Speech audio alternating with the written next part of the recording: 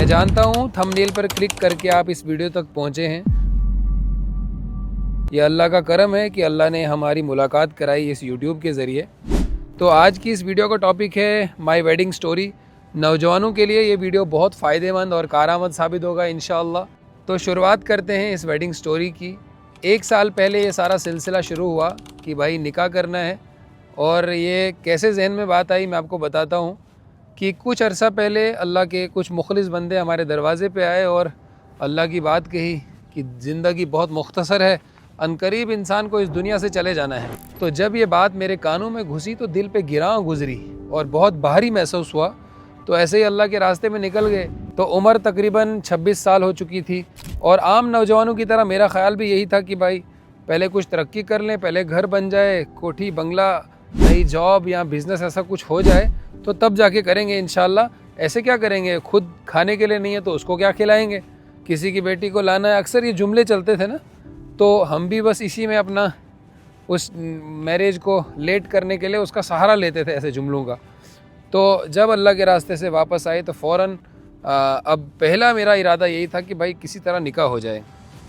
तो अल्लाह के करम से मैं अब्बू से जाके मिला और मैंने खुद कहा कि अब्बू मुझे निकाह करना है। मेरे अब्बू भी ये बात सुन के बहुत खुश हो गए कि हमने तो बहुत ज़ोर लगाए थे, हमारी औलाद तो हमारा सुन नहीं रही थी कि निकाह कर लो निकाह कर लो।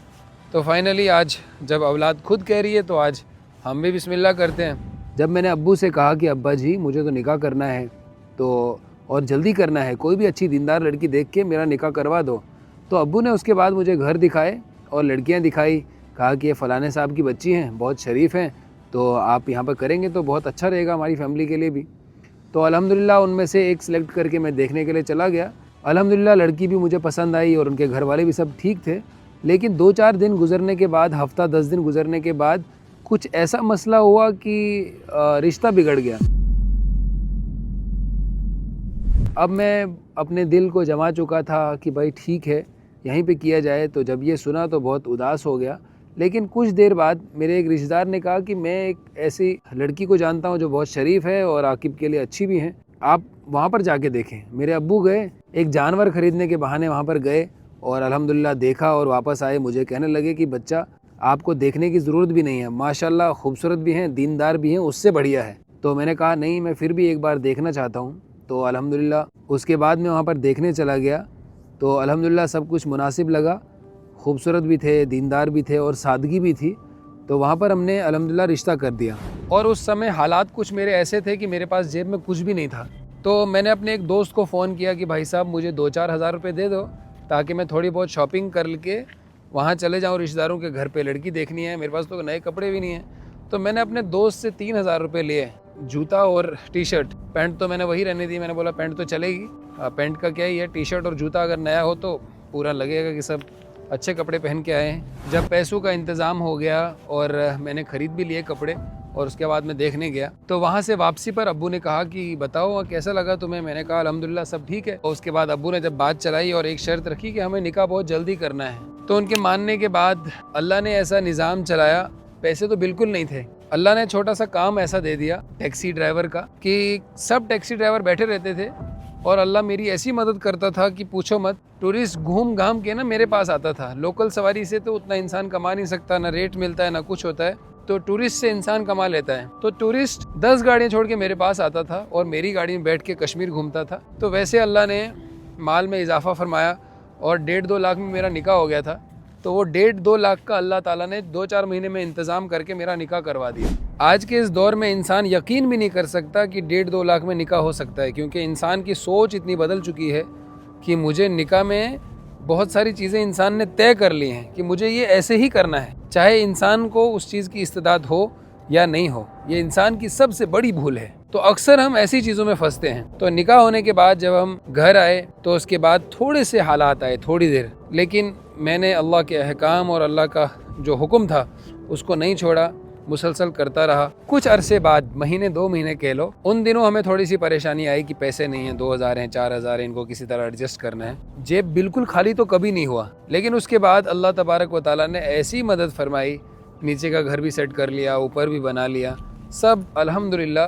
कुछ करने की ज़रूरत नहीं है, अल्लाह ने सारा इंतज़ाम ऐसा किया कि इंसान सोच भी नहीं सकता है। वो कहते हैं ना कि वो हदीस में है कि जब मेरा बंदा मखलूक पर भरोसा करता है तो मैं उस मखलूक के हवाले कर देता हूँ उसे। तो हमें चाहिए कि हम अल्लाह पर भरोसा करें। मैंने ज़िंदगी में कभी नहीं सोचा था कि इतना आसानी से सब कुछ हो जाएगा। तो अल्हम्दुलिल्लाह अब कुछ देर के बाद अल्लाह ताला औलाद से नवाजेंगे, अल्लाह से पूरा उम्मीद है। आज अक्सर नौजवान इस चीज़ में फंसे रहते हैं कि कैसे करेंगे, माल नहीं है, घर नहीं है, अलग घर होना चाहिए। तो अल्लाह ताला निकाह के ज़रिए इंसान की रोज़ी बढ़ाते हैं। इस चीज़ का यकीन नहीं रहा आज नौजवानों में, पूरी उम्मत में। माँ बाप भी, यहाँ तक कि माँ बाप भी कहते हैं ऐसे कैसे निकाह करा लें, पहले कुछ कमाओ, कमा के दिखाओ हमें कि तुम अपना घर पाल सकते हो। तो बल्कि घर वालों को भी सपोर्ट करना चाहिए। अपनी बहू को अपने ख़र्चे पे लाया जाए, अपने ख़र्चे पे वहाँ पर घर चलाया जाए। उसके बाद अल्लाह ताला ज़रूर आपकी औलाद की ज़िंदगी में रोज़ी बढ़ाएंगे, वो अपना घर चलाने वाला बन जाएगा।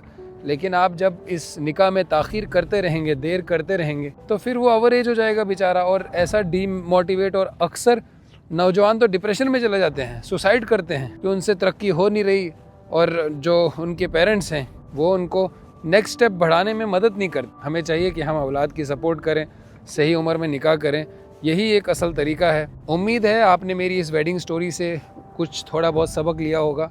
अल्लाह मुझे भी दुनिया में और आखिरत में कामयाब फरमाए, आपको भी दुनिया और आखिरत में कामयाब फरमाए। दुनिया में इंसान लगे लेकिन इतना ही लगे कि आखिरत को भूले ना। अल्लाह ताला फरमाता है कि दुनिया में तुम चलो और आखिरत की तरफ दौड़ो, वफ़िर्रु इलल्लाह। इंसान का असली मकसद तो आखिरत है। इंसान को चाहिए कि दुनिया को ज़्यादा तरजीह ना दे, आखिरत को तरजीह दे। वो एक कुरान की आयत है, फ़अम्मा मन तग़ा व आसर हयातद दुनिया फ़इन्नल जहीम हियल मावा। जिसने दुनिया को तरजीह दी और आखिरत को कुछ नहीं समझा, यकीनन जहन्नम उसको ठिकाना है। अस्सलाम वालेकुम, मिलते हैं किसी दूसरे व्लॉग में, दूसरी स्टोरी में। उम्मीद है आप सब्सक्राइब करेंगे और कमेंट में बताएंगे आपको कौन सी चीज़ें ठीक लगी, कौन सी ख़राब लगी, ताकि हम जो नेक्स्ट वीडियो बनाएं उसमें थोड़ा इम्प्रूवमेंट हो और आपके लिए फ़ायदे वाली चीज़ें लेके आएँ। अस्सलाम वालेकुम।